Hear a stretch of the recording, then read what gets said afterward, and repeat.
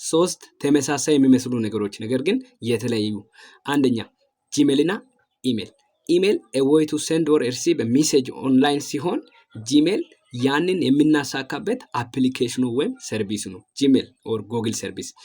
በሌላ መተካት እንችላለን ጂሜልን በያሆ እና በአውትሉክ ሁለተኛ ኢንተርኔት እና ዋይፋይ ብዙ ሰው ዋይፋይ ይላል ግማሹ ደግሞ ኢንተርኔት ይላል ሁለቱ የተለያዩ ነገሮች ናቸው ኢንተርኔት ኮኔክሽኑ ወይም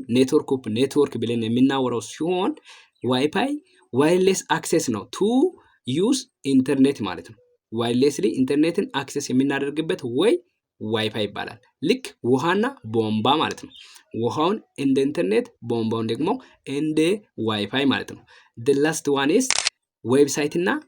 browser a way or a tool to open website ሲሆን ዌብሳይቱ a page on internet ነው ቪዲዮ ከተመቻችሁ